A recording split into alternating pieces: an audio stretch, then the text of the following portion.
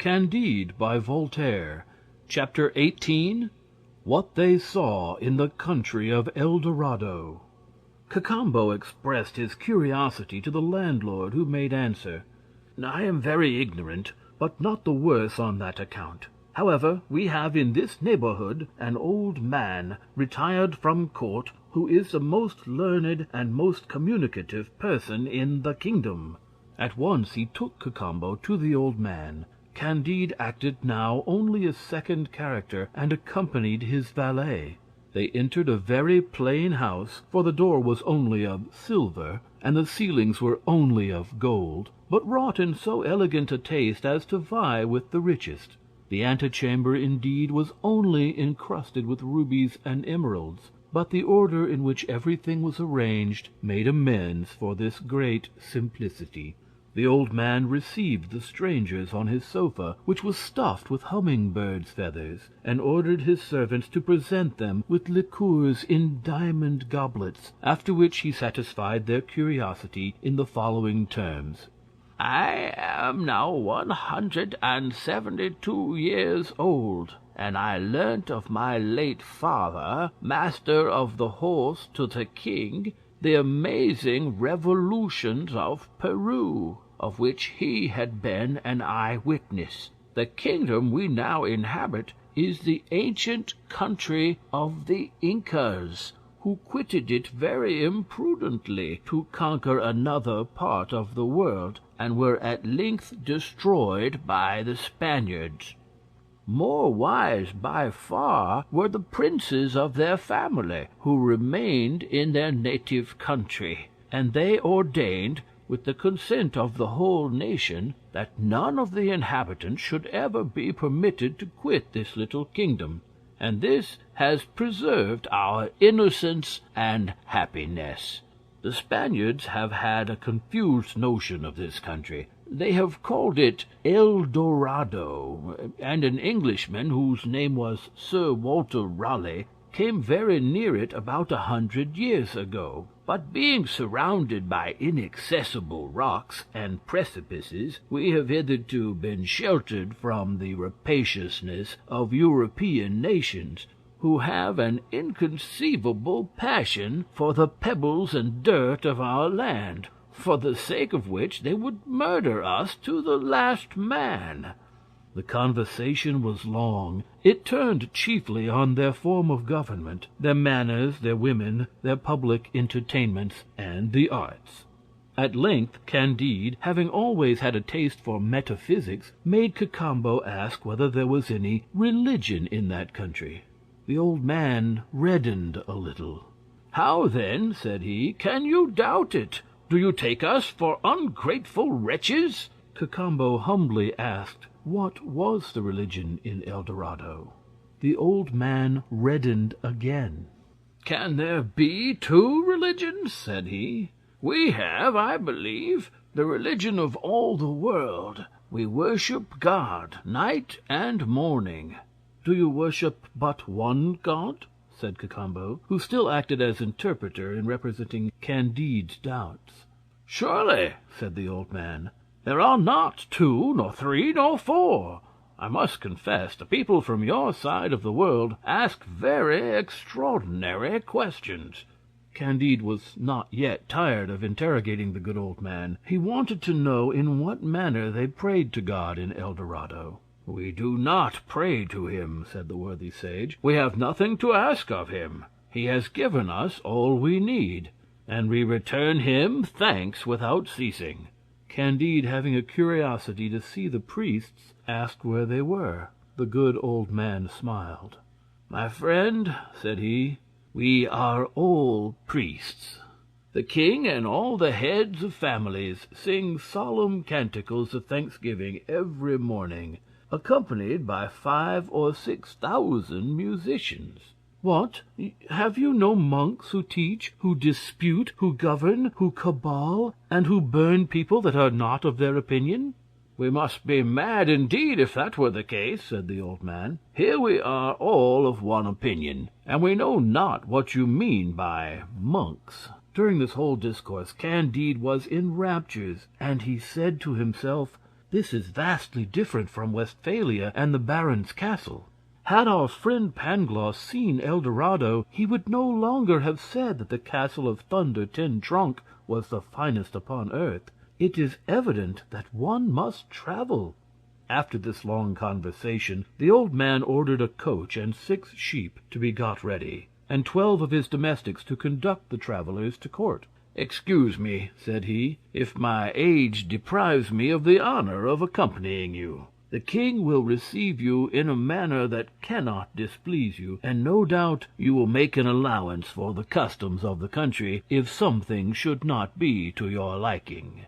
Candide and Cacambo got into the coach. The 6 sheep flew, and in less than 4 hours they reached the king's palace, situated at the extremity of the capital. The portal was 220 feet high and 100 wide, but words are wanting to express the materials of which it was built. It is plain such materials must have prodigious superiority over those pebbles and sand which we call gold and precious stones.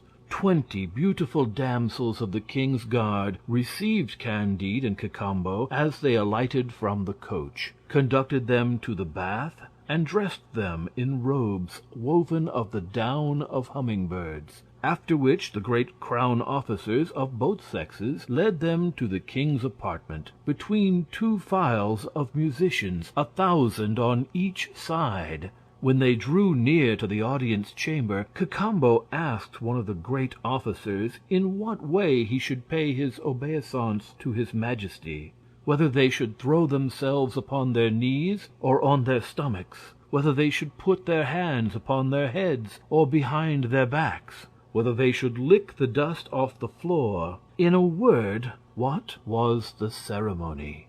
"The custom," said the great officer, "is to embrace the king and to kiss him on each cheek." Candide and Cacambo threw themselves round his majesty's neck. He received them with all the goodness imaginable, and politely invited them to supper. While waiting, they were shown the city, and saw the public edifices raised as high as the clouds, the market-places ornamented with 1,000 columns, the fountains of spring water, those of rose water, those of liqueurs drawn from sugar-cane, incessantly flowing into the great squares, which were paved with a kind of precious stone which gave off a delicious fragrancy like that of cloves and cinnamon. Candide asked to see the court of justice, the parliament. They told him they had none, and that they were strangers to lawsuits. He asked if they had any prisons, and they answered no. But what surprised him most and gave him the greatest pleasure was the Palace of Sciences, where he saw a gallery 2,000 feet long, and filled with instruments employed in mathematics and physics. After rambling about the city the whole afternoon, and seeing but 1,000th part of it, they were reconducted to the royal palace, where Candide sat down to table with his majesty, his valet Cacambo, and several ladies. Never was there a better entertainment, and never was more wit shown at table than that which fell from his majesty. Cacambo explained the king's bon mots to Candide, and notwithstanding they were translated, they still appeared to be bon mots. Of all the things that surprised Candide, this was not the least. They spent a month in this hospitable place. Candide frequently said to Cacambo, "I own, my friend, once more that the castle where I was born is nothing in comparison with this. But after all, Miss Cunegonde is not here, and you have, without doubt, some mistress in Europe. If we abide here, we shall only be upon a footing with the rest. Whereas if we return to our old world, only with 12 sheep laden with the pebbles of El Dorado, we shall be richer than all the kings in Europe. We shall have no more inquisitors to fear, and we may easily recover Miss Cunegonde." This speech was agreeable to Cacambo. Mankind are so fond of roving, of making a figure in their own country, and of boasting of what they have seen in their travels, that the 2 happy ones resolved to be no longer so, but to ask his majesty's leave to quit the country. "You are foolish," said the king. I am sensible that my kingdom is but a small place, but when a person is comfortably settled in any part, he should abide there. I have not the right to detain strangers. It is a tyranny which neither our manners nor our laws permit. All men are free. Go when you wish, but the going will be very difficult. It is impossible to ascend that rapid river on which you came as by a miracle, and which runs under vaulted rocks. The mountains which surround my kingdom are 10,000 feet high, and as steep as walls. They are each over 10 leagues in breadth, and there is no other way to descend them than by precipices. However, since you absolutely wish to depart, I shall give orders to my engineers to construct a machine that will convey you very safely. When we have conducted you over the mountains, no one can accompany you further, for my subjects have made a vow never to quit the kingdom, and they are too wise to break it. Ask me besides anything that you please." "We desire nothing of your majesty," said Candide, "but a few sheep laden with provisions, pebbles, and the earth of this country." The king laughed. "I cannot conceive," said he, "what pleasure you Europeans find in our yellow clay, but take as much as you like, and great good may it do you." At once he gave directions that his engineers should construct a machine to hoist up these two extraordinary men out of the kingdom. 3,000 good mathematicians went to work. It was ready in 15 days, and did not cost more than 20 million sterling in the specie of that country. They placed Candide and Cacambo on the machine.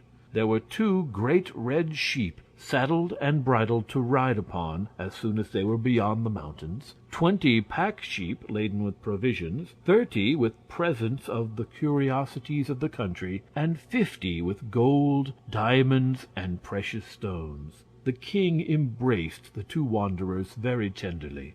Their departure, with the ingenious manner in which they and their sheep were hoisted over the mountains, was a splendid spectacle. The mathematicians took their leave after conveying them to a place of safety, and Candide had no other desire, no other aim, than to present his sheep to Miss Cunegonde. "Now," said he, "we are able to pay the governor of Buenos Aires, if Miss Cunegonde can be ransomed. Let us journey towards Cayenne. Let us embark, and we will afterwards see what kingdom we shall be able to purchase." Chapter 18